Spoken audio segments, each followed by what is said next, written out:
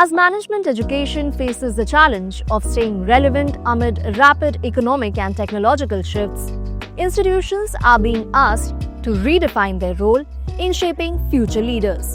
It is within this context that we speak with Dr. Pramod Kumar, President ISB&M, to explore how management education can meaningfully shape careers in a fast-evolving business environment.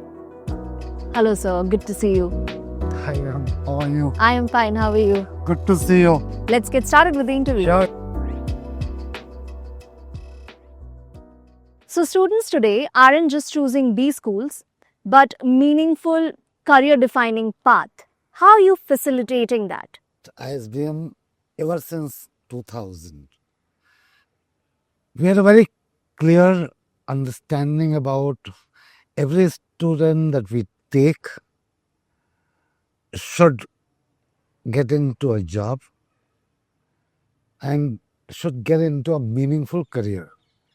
We had a basic philosophy. So once they pass out over 8, 9, 10 years, what percent of them get into the leadership role as a vice president, directors and beyond? If I go back to my first batch, probably 80-90% of them, if not all, okay, are vice president and directors, okay, in India and elsewhere in the world. Example, we have a senior director Asia Pacific in a company called Edeco, based out of Singapore.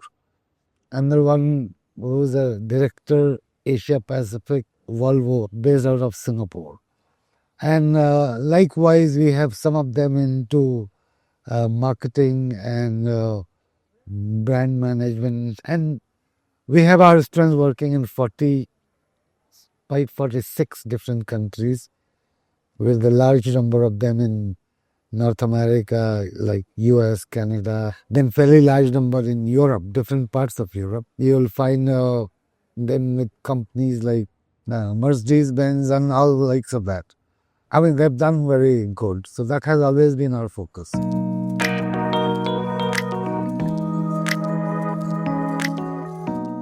The business education landscape is very competitive. So, what would you identify as your USP?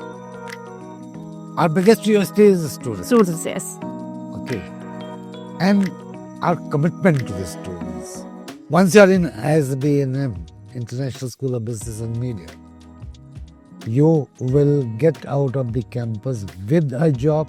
You'll not roam on the street.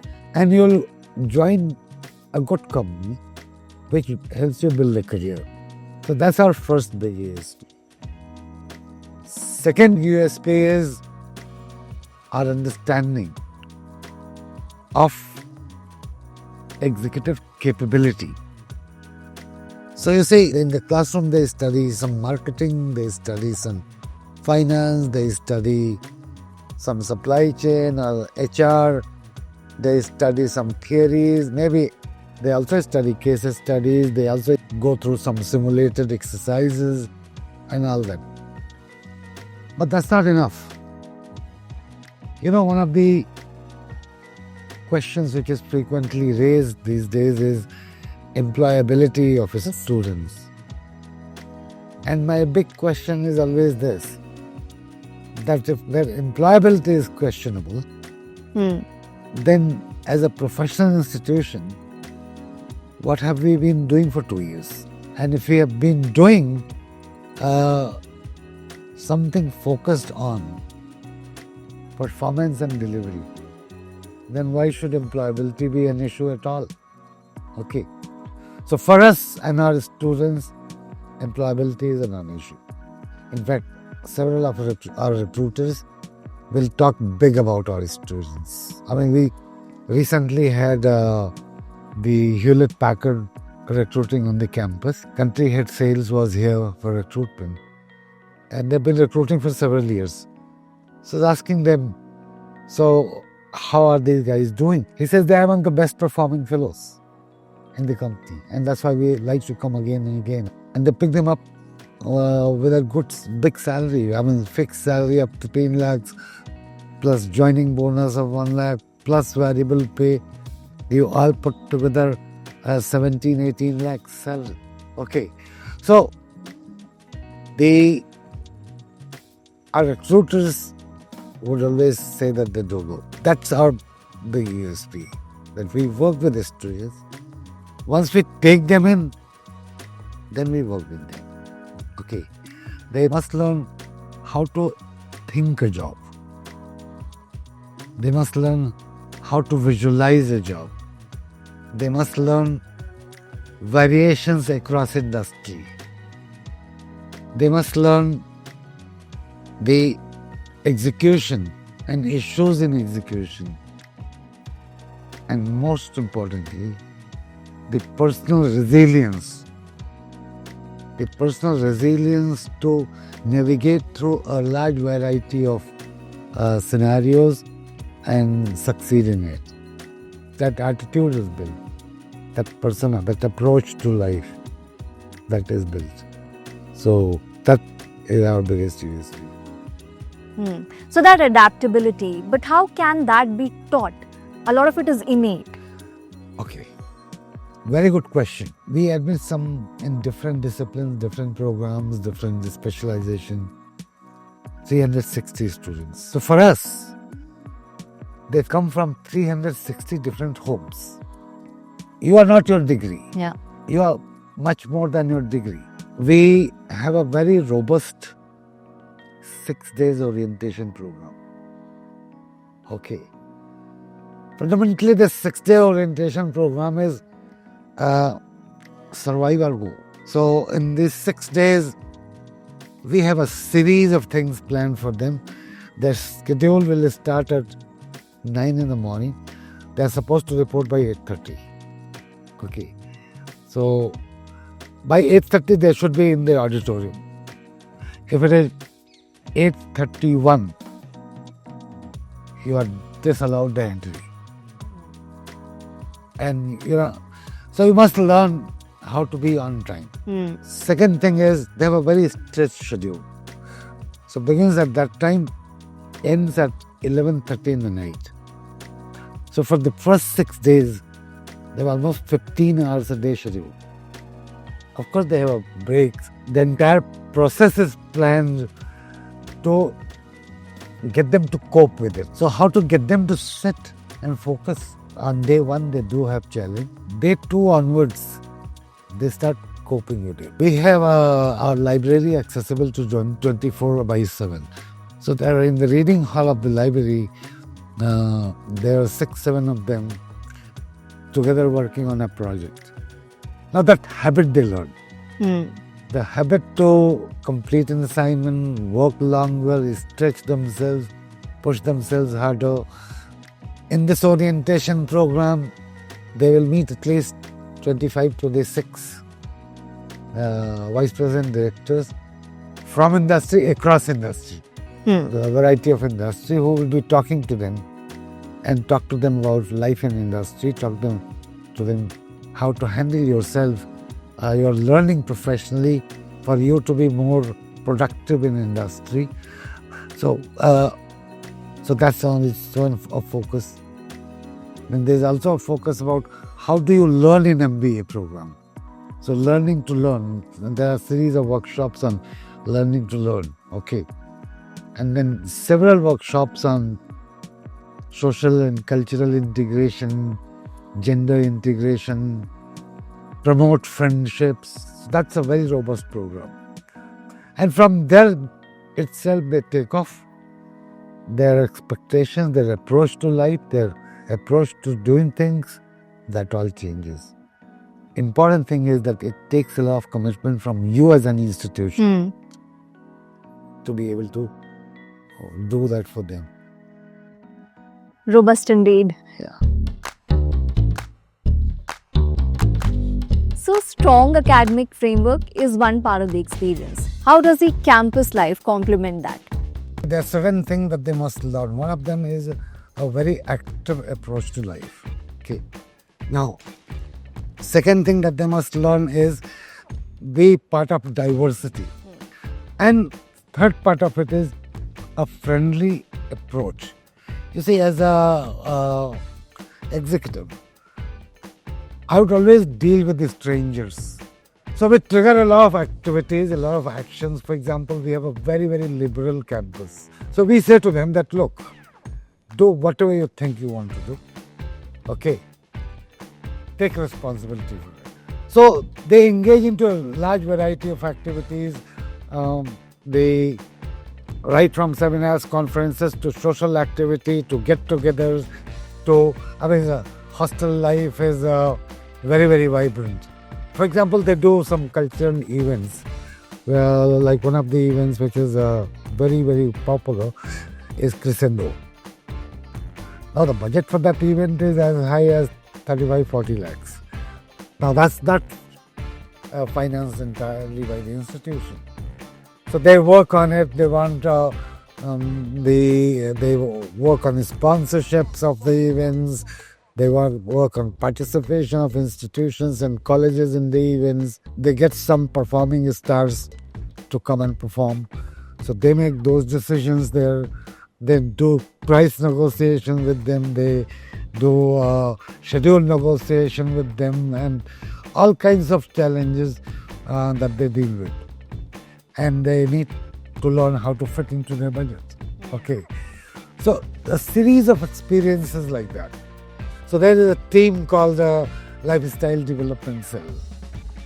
The objective of this team is to get the students to learn certain approach to life, certain value system in life, certain mannerism in life, and trigger friendship, develop new hobbies, okay, and promote newer habits.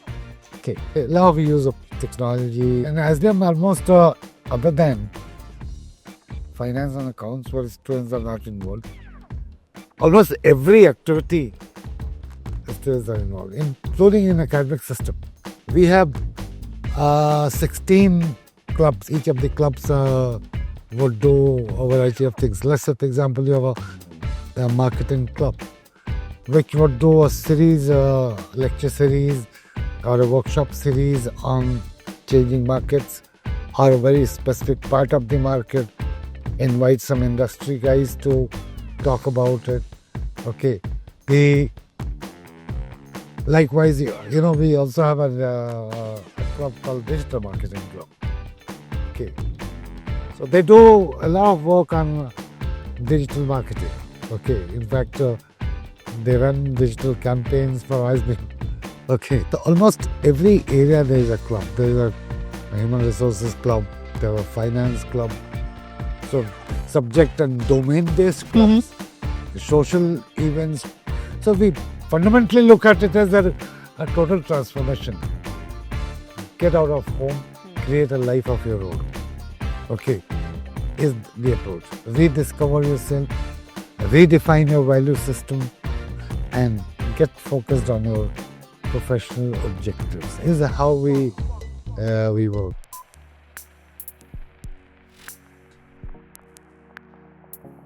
So the adaptability point that you alluded to. Now, how do you use your strong industry linkage for meaningful learning and career outcomes? This is 2000. One of the pluses we always had is that I was a professor in XLRI, okay, and I was also worked with Ahmedabad, did my PhD from IIT Bombay, and I was also consulting with more than 80 companies. So I knew people in industry. To begin with, it wasn't so difficult for me to reach out to them, access the industry.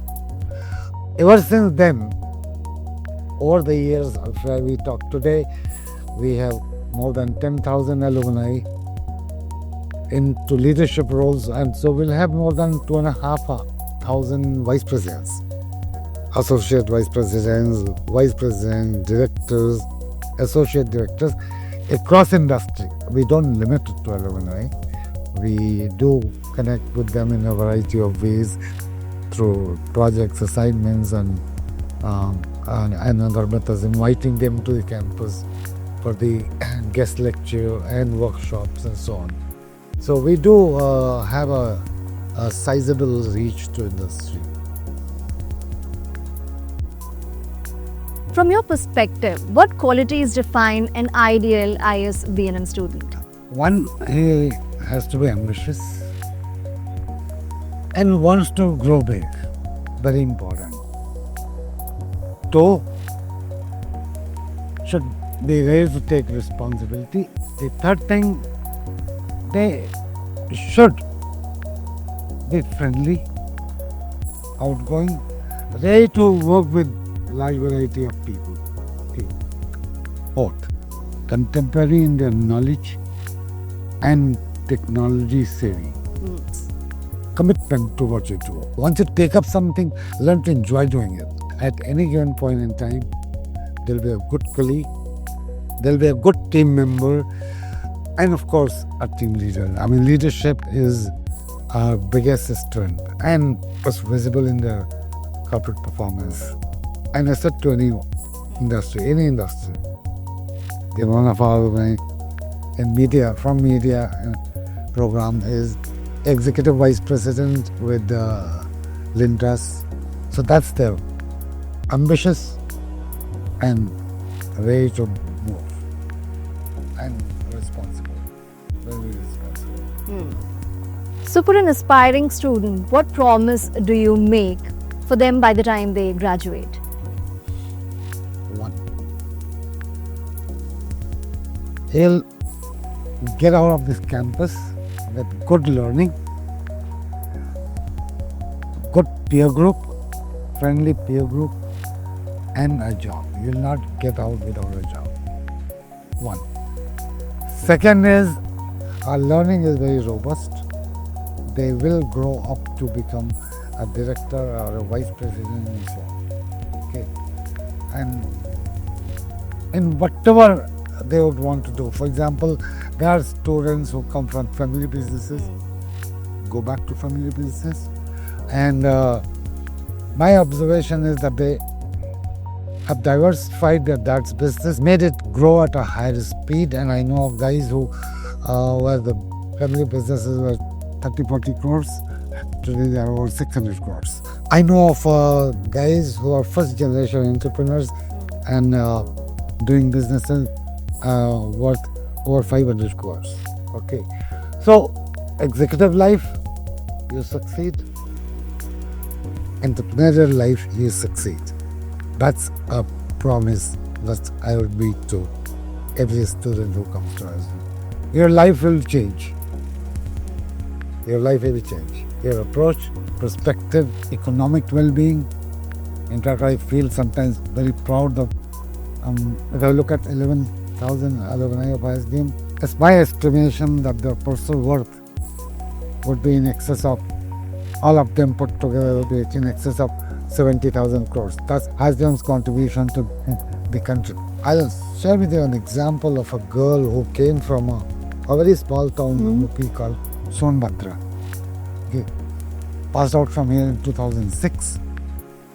And today she is a senior director, human resources, with Walmart Technologies in Washington, D.C. Okay. So look at the journey that she had.